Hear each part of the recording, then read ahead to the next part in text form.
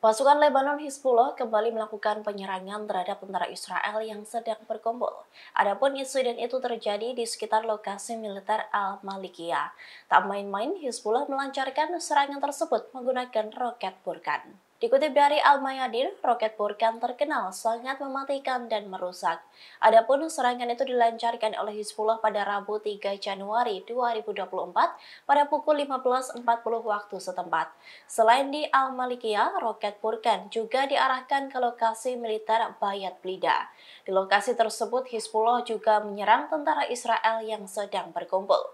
Kemudian kelompok Lebanon itu juga menyerang tempat berkumpul Israel di sekitar Barak Dovev dengan rentetan roket. Selain menyerang kumpulan tentara Israel, pasukan Lebanon tersebut juga menyerang sejumlah situs militer Israel di perbatasan, di antaranya situs militer Jal al-Alam dan Barak Zarit. Selain itu, media Israel pun melaporkan bahwa Hizbullah meluncurkan rudal anti lapis baja ke arah Hulu al-Jalil. Mereka juga menyerang jaringan listrik di dekat Kibbutz al-Malikiyah. Sementara itu, pada Kamis 4 Januari, Hizbullah pun menyerang Pusat Komando 91 di Timur Laut Safat, serta situs Al-Sumaka di Peternakan Sheba. Hizbullah pun mengaku telah melakukan 9 operasi pada Rabu 3 Januari 2024.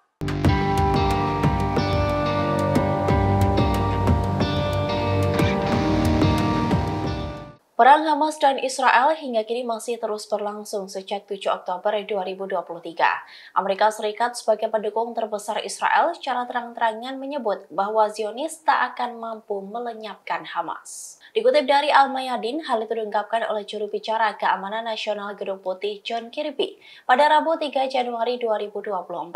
Kirby menuturkan bahwa Hamas mempertahankan postur kekuatan yang signifikan di Gaza meski hampir 3 bulan perang berlangsung. Ia pun menyebut bahwa tujuan yang dapat dicapai bagi Israel adalah menghilangkan ancaman militer yang ditimbulkan oleh Hamas. Namun Kirby mengindikasikan bahwa menghilangkan sepenuhnya kelompok tersebut tidak dapat dicapai. Bahkan sebelumnya media Israel mengatakan bahwa tanpa dukungan Amerika Serikat, Israel hanya akan berperang menggunakan tongkat dan batu. Diketahui bahwa Amerika Serikat menjadi negara yang memberikan dukungan terbesar untuk Israel sejak awal perang. Washington telah mengirimkan banyak senjata dan kapal perang ke Timur Tengah untuk mendukung Zionis. Imbas dukungan tersebut, peperangan Hamas dan Israel kini kian meluas, seperti keterlibatan Hizbullah, pasukan dari Lebanon yang membantu Hamas. Pertempuran Hizbullah dengan Israel di perbatasan itu pun membuka adanya peperangan di front utara. Bahkan media Israel mengatakan meski Zionis lebih kuat dari pertempuran di Lebanon, namun justru hal itu akan sangat menyulitkan posisi Israel sendiri.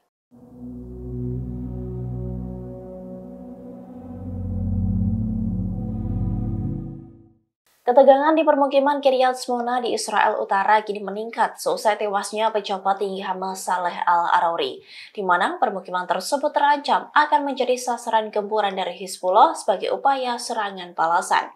Kini wali kota Kiryat Shmona pun ketakutan dan meminta semua warganya untuk mengungsi. Dikutip dari Al-Mayadin, wali kota Avihai Stern mendesak semua pemukim untuk mengungsi. Ia menyatakan keprihatinan tentang potensi tanggapan Hizbullah terhadap pembunuhan pejabat tinggi Hamas Saleh al-Arouri. Ia menyadari bahwa Kiryat Shmona selama ini menjadi sasaran empuk dalam beberapa bulan terakhir atas serangan Hizbullah. Ancaman yang terus-menerus terhadap wilayah tersebut telah menyebabkan sebagian besar pemukim dievakuasi. Sebelumnya, pada Desember lalu, Stern mengkritik bagaimana pemerintah Israel menghadapi situasi yang semakin memburuk di wilayah perbatasan Lebanon dengan serangan Hizbullah. Sementara itu, selain Kiryat Shmona, wilayah yang sering menjadi sasaran Hizbullah ialah Metula, Stula, dan lainnya yang berdekatan dengan perbatasan Lebanon. Wilayah tersebut selalu berada dalam jangkauan rudal Hizbullah. Diketahui Hizbullah sempat mengancam akan membalas kematian dari Saleh al-Arouri, di mana pejabat tinggi Hamas itu tewas dalam serangan yang menargetkan pinggiran selatan Beirut. Kantor Berita Nasional Lebanon melaporkan bahwa sebuah drone Israel menargetkan kantor gerakan Hamas di Masrafih. Hizbullah menegaskan pasukannya tak akan tinggal diam atas serangan tersebut.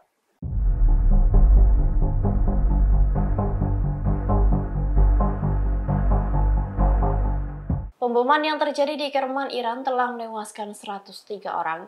Atas insiden tersebut, pejabat Iran pun menuding bahwa Israel yang mendalangi pemboman tersebut. Terkait tudingan itu, Amerika Serikat pun langsung pasang badan untuk Israel. Dikutip dari Tribun News, penasihat senior Presiden Iran mengatakan bahwa Israel dan Amerika Serikat yang bertanggung jawab atas dua ledakan yang terjadi. Hal itu disampaikan oleh Muhammad Jamshidi yang menjabat sebagai Wakil Direktur Kantor Urusan Politik Kepresidenan Iran di akun X pribadinya pada Rabu 3 Januari 2024. Menurutnya, Washington mengatakan bahwa Amerika Serikat dan Israel tidak berperan dalam serangan di Kerman, Iran. Namun, Jamshidi menegaskan bahwa agar tak terkecoh dengan hal pernyataan itu.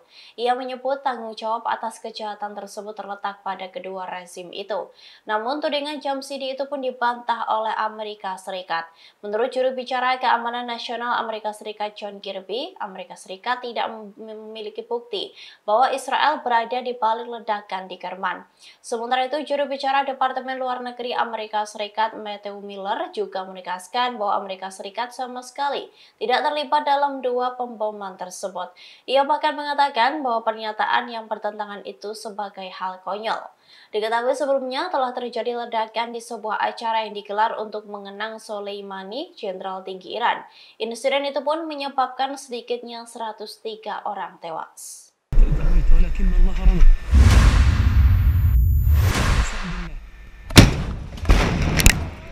Brigade Al-Qassam, sayap militer Hamas, dan Brigade Al-Quds, sayap militer Jihad Islam Palestina, kembali menggelar operasi gabungan. Dalam pertempuran tersebut, keduanya mampu menunjukkan kemampuan untuk melumpuhkan Israel, di mana kedua brigade itu menghancurkan drone pengintai dan helikopter Israel dalam 24 jam. Dikutip dari Al-Mayadin, adapun serangan tersebut berlangsung dalam operasi gabungan ketiga antara Brigade Al-Qassam dan Brigade Al-Quds.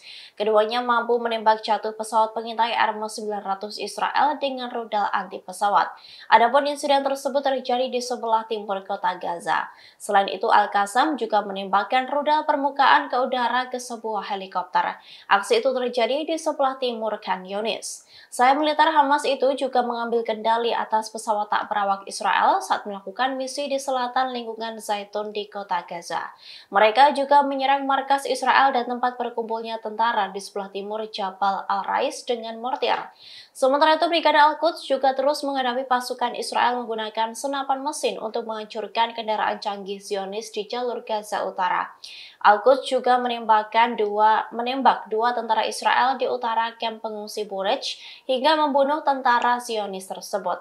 Kemudian, sayap militer Jihad Islam Palestina itu juga menghancurkan tank Merkava Israel dengan alat peledak tinggi jenis Takib.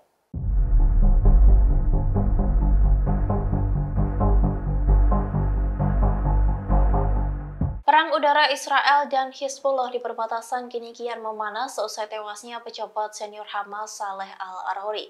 Kini keduanya pun bersiaga tinggi untuk perang darat.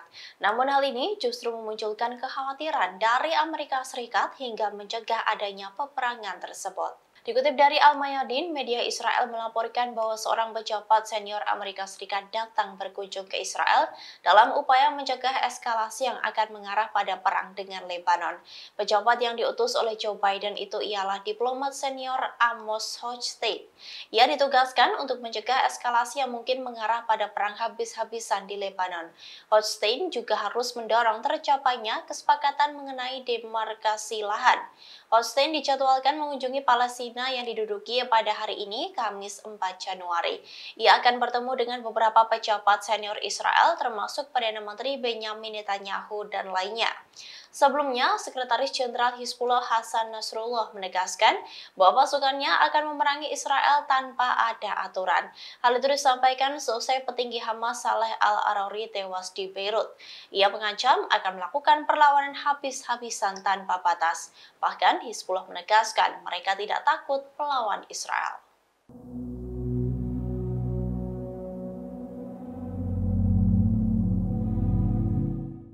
Amerika Serikat sempat membentuk koalisi keamanan Laut Merah bersama 12 negara-negara sekutunya. Namun koalisi itu pun rupanya tak mampu menjamin keamanan dari kapal-kapal asing yang melenggang. Sekutu Amerika Serikat pun memilih untuk menghindari melewati Laut Merah demi menjaga keamanan dari serangan militan Houthi Yaman.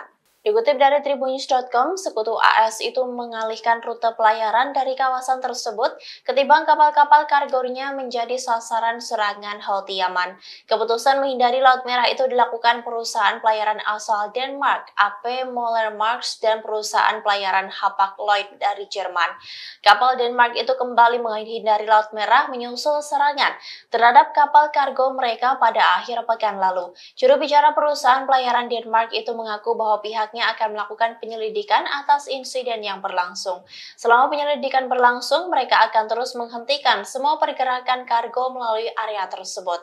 Kapal Denmark itu pun akan dialihkan rutenya dan melanjutkan perjalanan melalui sekitar Tanjung Harapan. Kemudian Hapag-Lloyd dari Jerman juga menangguhkan pelayaran melalui Laut Merah. Mereka akan memutar rute kapal-kapal kargonya melalui ujung selatan Afrika, setidaknya hingga 9 Januari 2024 mendatang. Diketahui sebelumnya Amerika Serikat dan sekutu koalisinya telah memperingatkan kepada Houthi tentang konsekuensi yang akan dihadapi jika mereka terus menyerang kapal di Laut Merah.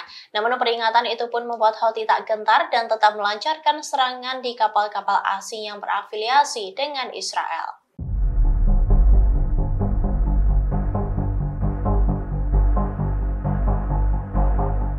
Hingga kini masih menjadi perdebatan tentang siapa pihak yang mendalangi penyerangan di Beirut hingga menewaskan pejabat tinggi Hamas Saleh Al-Arouri.